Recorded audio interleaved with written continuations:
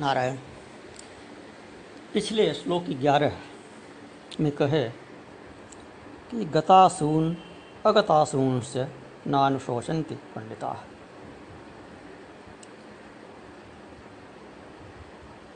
अर्थात जो चले गए उनके लिए और जो नहीं गए हैं उनके लिए भी पंडितजन शोक नहीं करते। चले गए से क्या तात्पर्य? असु कहते हैं प्राण को, तो गतासु अर्थात जिनके प्राण चले गए, उसको बहुवचन में बोल रहे हैं गतासून, जिनके प्राण चले गए वे लोग। और अगतासून जिनके प्राण नहीं गए हैं अर्थात जो जीवित हैं वे लोग। इन दोनों के ही लिए पंडितजन शोक नहीं करते हैं। किसके लिए शोक करना?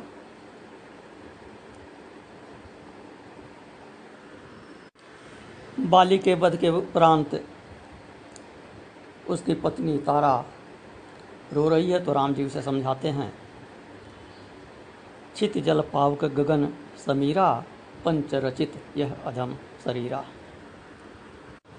प्रगट सुतन तब आगे सोवा, जीव नित्य किस कारण रोआ। यह शरीर तो पांच भौतिक है, मिट्टी जल अग्नि आकाश वायु से मिलकर बना हुआ है।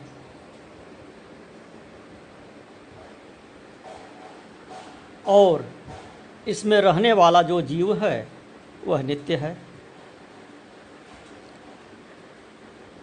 तो जो नित्य है, जिसकी मृत्यु नहीं होती है, उसकी मृत्यु समझकर कैसे शोक किया जा सकता है? और जो अनित्य है अभी तुम्हारे सामने पड़ा हुआ है, शरीर तुम्हारे सामने पड़ा हुआ है, तो रोना किस बात का? प्राण निकल गए, प्राण नित्य हैं। जीव 17 तत्वों से बना हुआ है, लिंग शरीर जिसे जीवात्मा कहते हैं। 5 ज्ञानेंद्रियां, 5 कर्मेंद्रियां, 5 प्राण, 15 हो गए, तथा मन और बुद्धि। इन 17 तत्वों से लिंग शरीर का निर्माण होता है।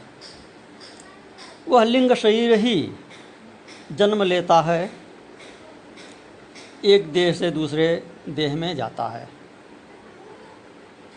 शरीर धारण करता है। वह मरता नहीं है, शरीर ग्रहण करता है।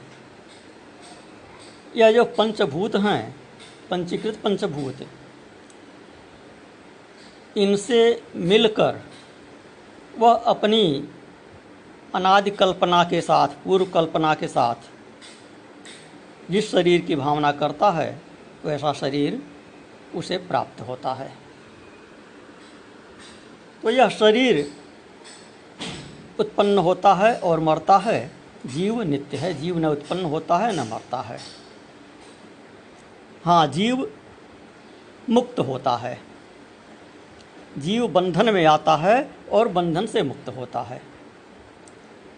वह इस पार्थिव शरीर में रहते हुए बंधन में है और पार्थिव शरीर के न रहने के उपरांत भी वासना के बंधन में है। उसी वासना के बंधन से उसे पार्थिव शरीर मिलता है और वासना की समाप्ति हो जाती है तो वह मुक्त हो जाता है। वह समाप्ति ज्ञान से होती है। यह सब आगे प्रसंगवश कहेंगे। तो इस शरीर से प्राण निकल जाता है, उसी को मरना कहते हैं। प्राण निकलने का अर्थ जीव के निकल जाने से है। मन बुद्धि और ज्ञानेंद्रियों तथा कर्मेंद्रियों के भी निकल जाने से है। प्राण इन सबको साथ लेकर निकलता है। तो प्राण इनमें मुख्य है, इसलिए गतासून कहा। जिनके प्राण निकल गए, प्राण निकल गए का अर्थ है कि 17 अवयव वाला यह जीव इस शरीर से निकल गया। तो जब वह निकल गया, शरीर निष्प्राण हुआ, तो उससे कौन मोह करता है? उसका तो जितना शीघ्र हो सके निस्तारण करते हैं, श्मशान में ले जाते हैं, जला देते हैं। और जो इसमें से निकला वह नित्य है, तो फिर शोक किसके लिए? तो इसलिए कहे कि गतासून अगतासून से नान शोचन्ति पंडिता। पंडित जन उनके लिए भी शोक नहीं करते जिनके प्राण चले गए, और उनके लिए भी शोक नहीं करते जिनके प्राण हैं। तो पंडित जन शोक क्यों नहीं करते? इसका अगले 12वें श्लोक में उत्तर देते हैं। न त्वेवाहं जातु नासं न त्वं नेमे जनाधिपाः न चैव न भविष्यामः सर्वे वयमतः परम्। ऐसा कभी नहीं था, अथवा ऐसा कभी नहीं हो सकता कि जब मैं नहीं था, अथवा तुम नहीं थे, अथवा ये सब जो राजागण हैं, जो योद्धागण हैं, ये सब नहीं थे। ऐसा कभी नहीं था। न चैव न भविष्यामः, और ऐसा भी नहीं है कि भविष्य में हम सब नहीं रहेंगे। पहले भी मैं था, तुम थे, और ये सभी जिनको देख रहे हो, जिनके लिए तुम शोकमग्न हो रहे हो, जिनके मृत्यु की आशंका से शोकमग्न हो रहे हो, ये सब भी, तुम भी, मैं भी, यह सब पहले भी थे और आगे भी रहेंगे। तो फिर शोक क्या करना? प्रश्न होता है कैसे पहले थे और कैसे आगे भी रहेंगे?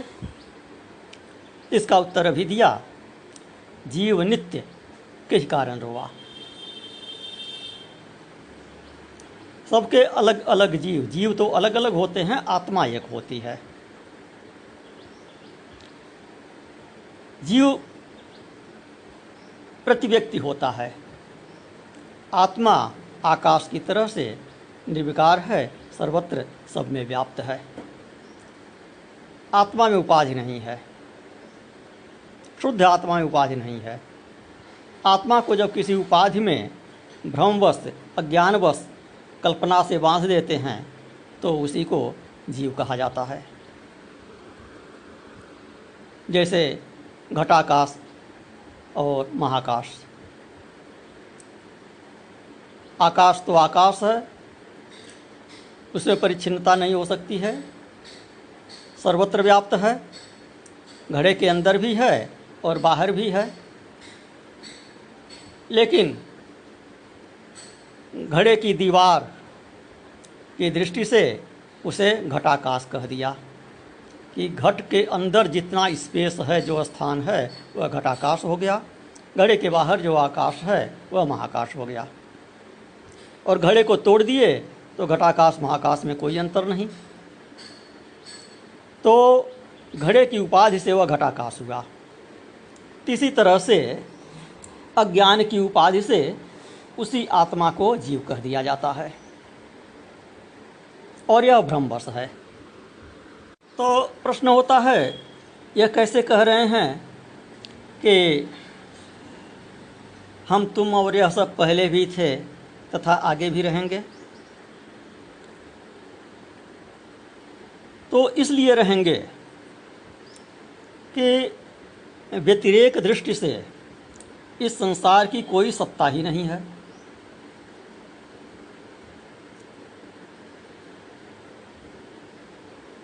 ये सब हैं ही नहीं, न मैं हूँ, न तुम हो, न ये सब हैं। केवल भ्रम के दृढ़ होने के कारण यह सब प्रतीत हो रहा है। भ्रमवश रस्सी सर्प के रूप में दिखाई दे रही है। अतः जो है ही नहीं उसका जाना क्या। और दूसरी दृष्टि, अन्वय दृष्टि से, मैं, तुम और यह सब जो कुछ भी है, जिनको तुम देख रहे हो, जिनके अनिष्ट की आशंका से शोकग्रस्त हो रहे हो, यह सब, और जो कुछ समस्त संसार दिखाई दे रहा है, यह सब, सब का सब अन्वय दृष्टि से, परमार्थ दृष्टि से सच्चिदानंद स्वरूप ही हैं। सब कुछ ब्रह्म ही है। ब्रह्म के अतिरिक्त किसी वस्तु की सत्ता ही नहीं। सर्वं खल्विदं ब्रह्म वेद प्रमाण है। अतः जिसकी सत्ता ही नहीं, उसकी उत्पत्ति और नाश भी संभव नहीं। तो जो प्रतीति मात्र है, इसकी सत्ता ही नहीं है, जो भ्रम मात्र है, यह सब कुछ न उत्पन्न हुआ और न इसका नाश होगा। जो कुछ भी है, जिसकी सत्ता है, वह न उत्पन्न हुआ और न उसका कभी नाश होगा। वह अनादि है, अनंत है, अविनाशी है। तो उसके लिए क्या शोक करना। और जो है ही नहीं उसके लिए क्या शोक करना। योग वासिष्ठ के प्रसंग में अनेक बार हम चर्चा कर चुके हैं। स्थान स्थान पर योग वासिष्ठ में कहा है कि यह जीवन, यह संसार एक लंबा स्वप्न है। यह सारी की सारी सृष्टि, यह काल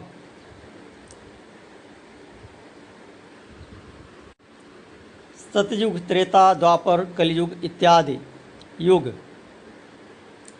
कल्प, मनवंतर और इनमें उत्पन्न होने वाली सब की सब चीज़ें, यह हिरण्य गर्भ के स्वप्न हैं। यह ब्रह्मा के स्वप्न मात्र हैं। और इसमें यह जो व्यष्टि जीवन है, यह भी इस जीव का स्वप्न मात्र है। यह व्यष्टि जीव का स्वप्न है, एक लंबा स्वप्न है। जो सृष्टि रचना है वह ब्रह्मा का लंबा स्वप्न है। और यह जो व्यक्तिगत जीवन काल है हम लोगों का, यह हम व्यष्टि जीवों का एक लंबा स्वप्न है। तो जिस प्रकार निद्रा काल में हम स्वप्न देखते हैं, उस स्वप्न का आविर्भाव होता है, तिरोभाव होता है। जितने देर तक स्वप्न देखते हैं उतने देर तक वह स्वप्न नहीं प्रतीत होता, वह वास्तविकता ही होता है। और जाग जाने पर उसका अस्तित्व नहीं होता है। उसी प्रकार इस व्यवहार दृष्टि से इस सृष्टि का भी आविर्भाव और तिरोभाव होता रहता है।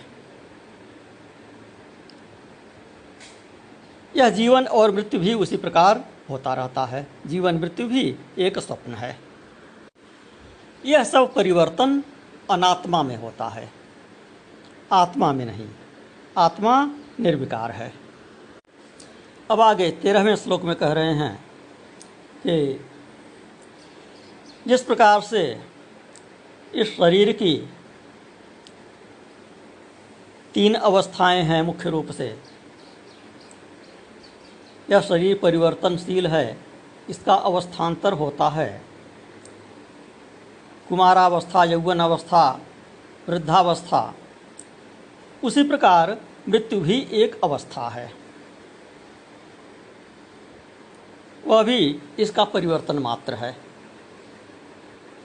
देहिनोऽस्मिन् यथा देहे कौमारं यौवनं जरा तथा देहांतर प्राप्तिर्धीरस्तत्र न मुह्यति। जैसे जीवात्मा के इस शरीर में कुमार, युवा और वृद्धावस्था होती है, वैसे ही उसे देहांतर की प्राप्ति होती है। अर्थात जन्म मरण भी एक अवस्था, चौथी अवस्था मान लीजिए है। तो ऐसी स्थिति में जो विवेकवान हैं, जो धीर पुरुष हैं, वे मोह में नहीं पड़ते। तो शरीर की अवस्थाएं बदलती हैं। 5 पाउंड के वजन के साथ जन्म लिए, धीरे धीरे बढ़े, बालपन, तरुणावस्था, खेले कूदे, युवा हुए, फिर वृद्ध हुए, इस शरीर में परिवर्तन हुआ। किंतु इस शरीर में रहने वाला जो है उसमें वह तो वही है जो पैदा होते समय था, जो बचपन में था, जो तरुणाई में था, जो युवावस्था में था, जो वृद्धावस्था में है, और जो मृत्यु के बाद भी रहेगा। वह सभी अवस्थाओं में अधिगत है, अनुस्यूत है।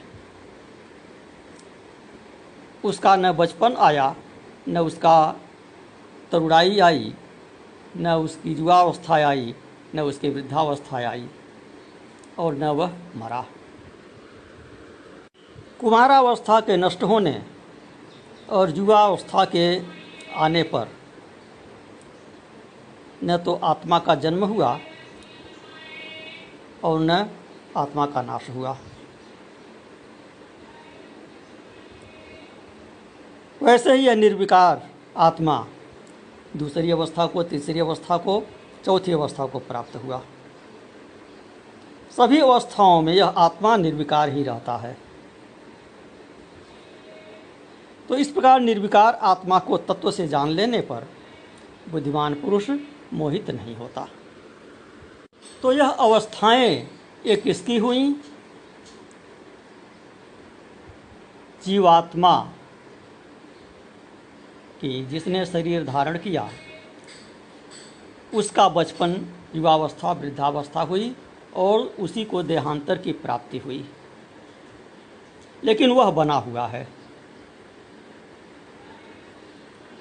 वह नित्य है, और उसे देहांतर की प्राप्ति अर्थात जन्म और मृत्यु उसका तब तक होता रहेगा जब तक अज्ञान का नाश नहीं होता है।